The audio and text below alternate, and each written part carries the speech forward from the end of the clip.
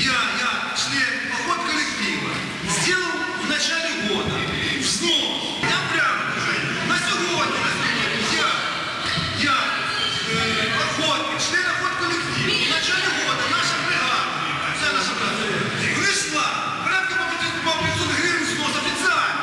В кассу, Андрей, подсказывай, я назывался. В кассу державного мисливського підприємства на Придавець. Внесли по 500 гривень.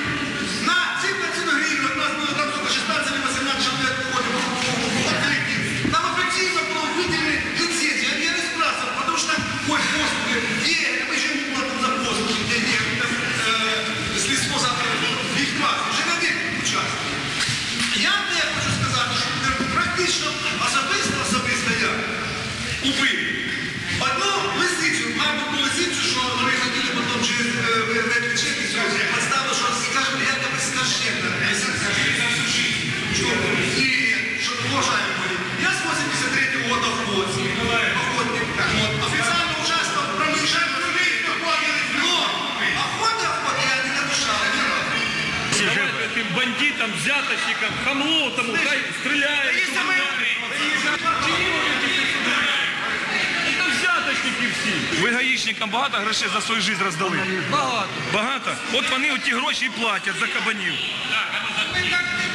Шановна громада, ви знаєте, склалось таке враження, що ми вирішуємо питання, чи дозволити тут браконьєрство, чи не дозволити. Розумієте? Хоча суть не в цьому. Якщо тут буде заповідник, значить практично тут буде неконтрольований розвод тварин. Я вам ще раз хочу сказати, вирішите ви сам підтримати, буде заповідник, не вирішите ви, ніхто, через нас офіційно заявляє. Я считаю, что селу Студенку не нужны заповедник.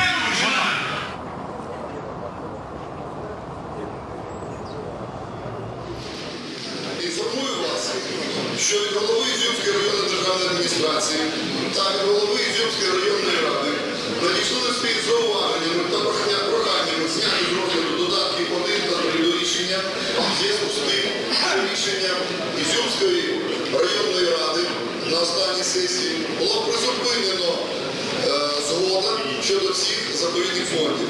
І в проєкті рішення додаток 2 вважати додатком 1, а додаток 4 відповідно додатком 2.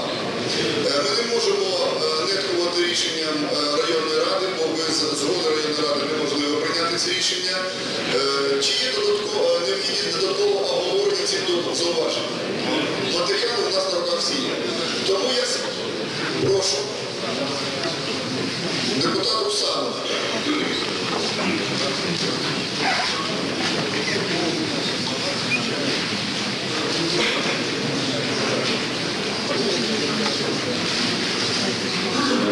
Олег Володимирович, я процедуру. Зауваження вчора надійшло на засіданні комісії з політики правових питань особисто від мене. Зняти це питання про додатку та погодити його з районної ради, Ізюмською районною радою. 23 декабря 2005 года Русанов снял вопрос о создании заповедного урочища Еремовское с повестки дня областной сессии, а 24 декабря, на следующий день, поехал охотиться с депутатами Изюмского районного совета и мэром Изюма в окрестности Студенка, в запрещенное для охоты место. А что же Харьков-лес? Вместо того, чтобы выполнять закон, директор Харьковлеса Овчаренко просто подмахивает охотникам.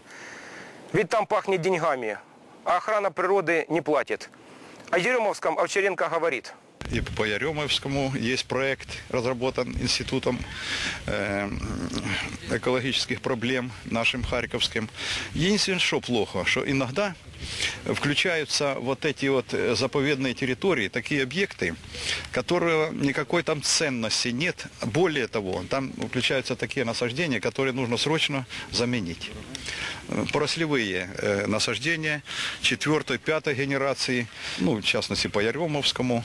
В принципе, там тоже много территорий таких, которые не надо включать в заповедную территорию. Статус заповедного урочища подразумевает запрет рубок и охоты. Тем временем на будущей заповедной территории планируются рубки всех видов. Так, в 2006 году лесники запланировали рубку дуба прямо на норах барсуков, так называемую санитарно-выборочную. И только сбор подписей под обращением к министру и главе Харьковской областной администрации Авакову шуганул лесников, но не исправил ситуацию в принципе. Вы видите зарубки на стволах дубов, которые были вымечены под рубку прямо на барсучьем городке. А ведь этот зверь у нас в Красной книге. Изюмский лесхоз, Студенецкое лесничество, квартал номер 142.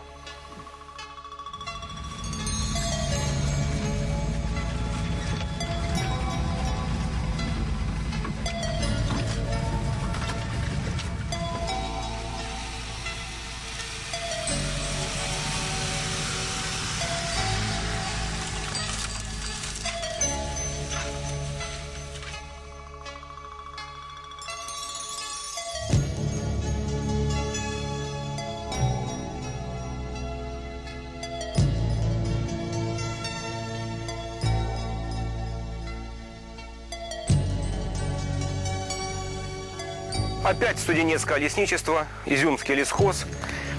Хочется напомнить, что эта территория зарезервирована, и здесь создается заповедное урочище Еремовское. И мы видим, что сейчас, в 2007 году, здесь ведется сплошная рубка дуба в 143-м квартале. И хоть мы к этому будем возвращаться не раз, хочется вам опять показать, значит, как воруется у нас лес. Мы видим, что деловой ассортимент дуба, больше 6 метров, ровный ствол, абсолютно не поврежденный ничем, вымечен 3 рисочками-лесниками и будет продан как дровяная древесина.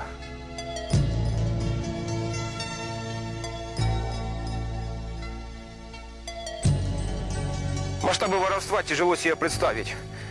Мы сейчас видим, что все эти деловые ассортименты дуба вымечены как дрова. И не исключено, что у лесничего лобка в этом квартале, в этом году не показано ни одного куба деловой древесины.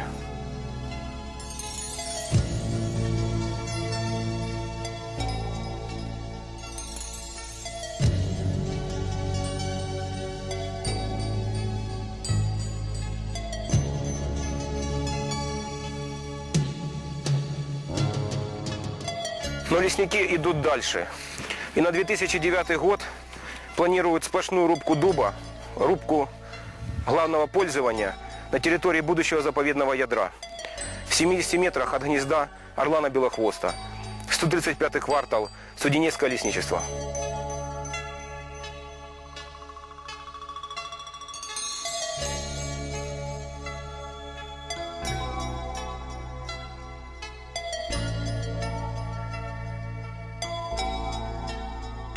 Директор объединения Харьков-Лес Овчаренко письменно и устно лжет о том, что Еремовское урочище не представляет собой ценности, а под малоценными порослевыми насаждениями подразумевает эти семенные дубы, которые запланировано рубить.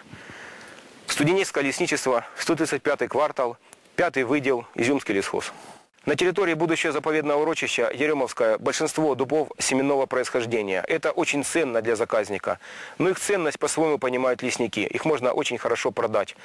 То, что планируются особо интенсивные рубки на территориях, которые запланированы к заповеданию, это общая практика на всей Украине.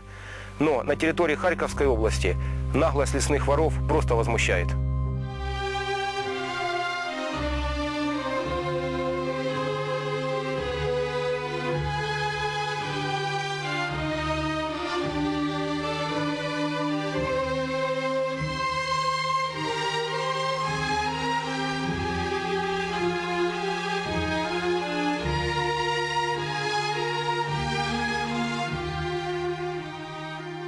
Из-за проведения выметки под рубку в 135-м квартале весной 2007 года пара птиц орланов бросили свое гнездо во время насиживания.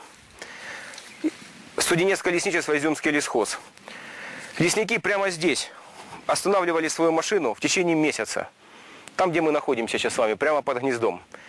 А то, что этот вид охраняется множеством международных конвенций, директора Изюмского лесхоза Павленко просто не касается. А о неграмотности лесничего лобка Студенецкое лесничество просто ходят легенды.